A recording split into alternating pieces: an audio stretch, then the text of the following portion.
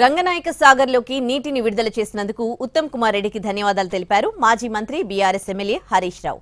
సిద్దిపేట జిల్లా చిన్న కోడూరులోని రంగనాయక సాగర్ ప్రాజెక్టును సందర్శించారు హరీష్ రావు.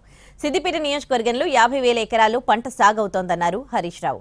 మేడిగడ్డలోని ఒక్క బ్లాక్లోని ఒక పిల్లర్ మాత్రమే కుంగితే బీఆర్ఎస్ పై బురద జల్లి కాంగ్రెస్ అధికారంలోకి వచ్చిందన్నారు హరీష్ రావు. కేసీఆర్ పై కోపంతో తెలంగాణ రైతులకు అన్యాయం చేయొద్దన్నారు. కాళేశ్వరం తెలంగాణకి వరప్రదాయని అన్నారు హరీష్ రావు. అందరికీ మేలయ్యేటువంటి ఈ ప్రాజెక్టును ఇవాళ తెలంగాణకు వరప్రదాయని.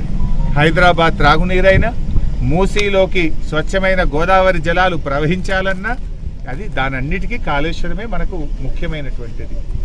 అందులో ఇప్పటికైనా పిచ్చి మాటలు మానండి. ఇలా ఇంత మంచిగా ఒక పంపు ఎట్లా పోస్తుంది చూస్తుంటే సముద్రం ఒక నది ప్రవహించినట్టుగా నీళ్లు బయటకు వస్తూ ఉన్నాయి రంగనాయక సాగర్ నుంచి. మరి ఇది కాళేశ్వరం కాకపోతే ఏంటి?